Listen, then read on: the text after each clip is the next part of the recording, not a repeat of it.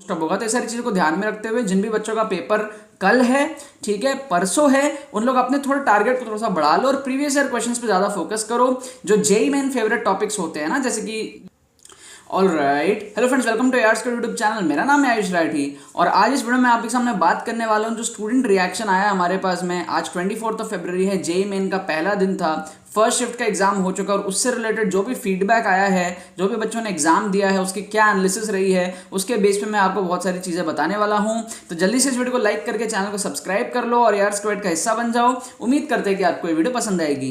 तो यार काफ़ी सारे बच्चों से फीडबैक लेने के बाद में, काफ़ी सारे यूट्यूब पे वीडियोस देखने के बाद में, काफ़ी सारे आर्टिकल्स को पढ़ने के बाद में जो एनालिसिस मेरे पास में आई है और जो फीडबैक मेरे पास में मेरे को समझ में आया है वो ये है कि आपका जो पेपर था वो मॉडरेट लेवल का था।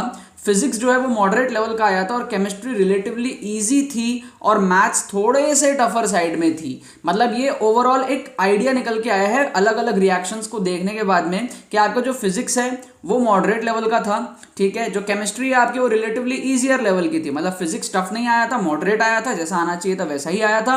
केमिस्ट्री आपकी रिलेटिवली थोड़ी सी और ईजी आई थी और मैथ्स जो है वो थोड़ा सा रिलेटिवली थोड़ा सा टफ आया था। ये स्टूडेंट्स का जो ओवरऑल रिएक्शन जो है उसके बेस पे मैं ये बात कह रहा हूं। मतलब जो ओवरऑल पेपर को आप देखो, अगर फिजिक्स केमिस्ट्री मैथ्स तीनों को देखो तो एक ठीक ठाक सा पेपर आया है। इजी कह सकते हो अगर आपकी प्रिपरेशन अच्छी थी तो, और मॉडरेट कह सकते हो अगर प्रिपरेशन आपकी एवरेज थी तो। टफर साइड में बिल्कुल भी ये पेपर आपका नहीं जाने वाला है। अब हम लोग बात कर लेते हैं physics chemistry maths individual subject में क्या सिनेरियो था।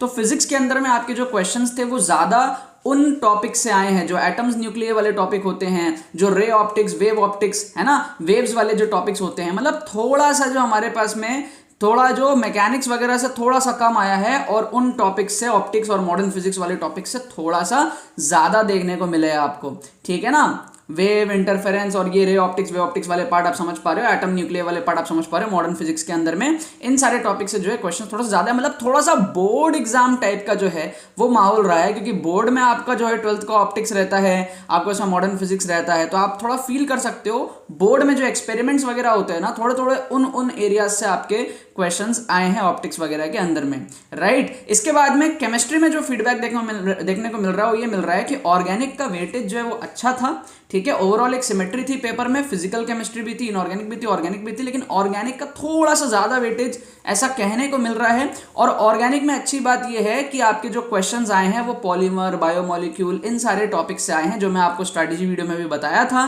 कि आप अगर इन टॉपिक्स को भी कर लेते हो तो आपके जो स्कोर है वो बूस्टअप हो जाते हैं। क्योंकि ये रट्टा मारने वाला टॉपिक है एक तरीके से देखा जाए तो, आप रट्टा मार के भी कर सकते हो, वैसे टॉपिक रट्टा मारने वाला नहीं है। पॉलीमर, बायोमोलिक्यूल, ये सारे जो टॉपिक्स होते हैं इससे भी आपको क्वेश्चन देखने को मिले हैं। थोड़ा सा ऑर्गेनिक का वेटेज हल्का सा ज्यादा बताया जा रहा है, बट ओवरऑल जो है आपके सिमेट्रिकल पेपर है। फिजिकल केमिस्ट्री आपके न्यूमेरिकल बेस्ड जो क्वेश्चंस होते हैं उसमें फिजिकल केमिस्ट्री आपको ज्यादा पूछी गई है और न्यूमेरिकल है तो फिजिकल के न्यूमेरिकल ज्यादा आने हैं वहां पे।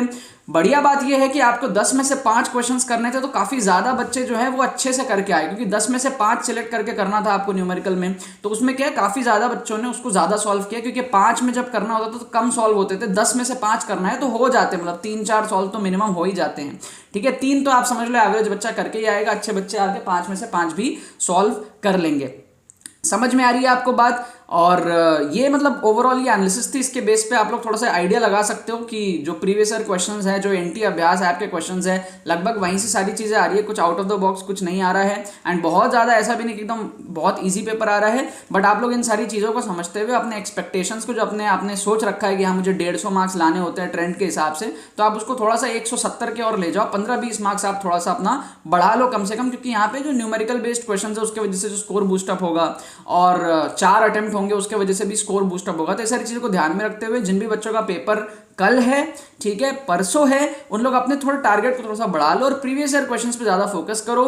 जो जेई मेन फेवरेट टॉपिक्स होते हैं ना, जैसे कि ये हो गए हमारे पास में पॉलीमर, बायोमोलिक्यूल केमिस्ट्री के अंदर में, ठीक है। बोर्ड वाले जो टॉपिक्स होते हैं जो आपको थोड़ा फील आता होगा बोर्ड के टॉपिक्स की, एटम्स न्यूक्लियाई, बोर मॉडल, ठीक है ना, ये सारे जो टॉपिक्स होते हैं, ऑप्टिक्स, थोड़ा सा अपने पास में मैग्नेटिज्म, ईएमआई, एसी, इन सारे टॉपिक्स को थोड़ा सा और फोकस करो। सिर्फ मैकेनिक्स में मत पड़े रहो, है ना। उससे भी क्वेश्चन आए हैं, हर जगह से ही क्वेश्चन आए हैं, लेकिन जो थोड़े ज़्यादा क्वेश्चन आए हैं वो आपके 12th के टॉपिक से थोड़ा सा ज़्यादा क्वेश्चन ऐसे रिएक्शन में देखने को मिल रहे हैं। तो इन सब चीज़ों पे फोकस करो और चिल मारो, प्रीवियस ईयर क्वेश्चंस को एनालाइज करो, उसको ही सॉल्व करो। अगर आपको मेमोरी बेस्ड क्वेश्चंस मिल जाते हैं तो थोड़ा उनको देख लो, तो आपको और ज़्यादा फील आ जाएगी मेरे को मेमोरी बेस्ड क्वेश्चंस मिलेंगे जैसे ही तो मैं तो वीडियो बनाने स्टार्ट कर दूंगा, ट्रिक्स एंड चीट कोड्स बनाने स्टार्ट कर दूंगा। क्योंकि मैथ्स का पेपर थोड़ा सा डिफिकल्ट कह रहे हैं बच्चे, बट मुझे लगता है कि उन बच्चों ने मेरी ट्रिक्स एंड चीट कोड्स की प्लेलिस्ट नहीं देखी थी।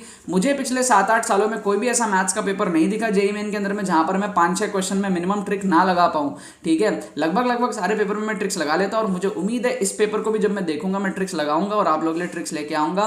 कमेंट करना नीचे आप में से जो भी बच्चे पेपर दिए थे और अपने अपने जो और भी आपने ओपिनियन कुछ देखे हो या आपके खुद के कुछ ओपिनियंस हो उसको भी नीचे डालना ताकि और बच्चे उसको देख करके फायदा उठा पाए। मैंने कुछ चीजें बोली कुछ एनालिसिस के बेसिस पर, कुछ बच्चों के एनालिसिस के बेसिस पर, आप लोग और भी मेजॉरिटी में लोग हो, आप अगर नीचे डालोगे तो उससे और अच्छी अंडरस्टैंडिंग बनेगी बाकी सारे बच्चों को और मेरे को भी।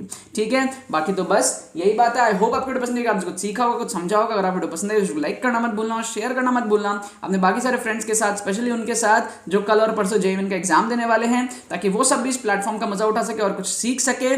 बहुत बहुत धन्यवाद वीडियो को देखने के लिए, बने रहिए यार।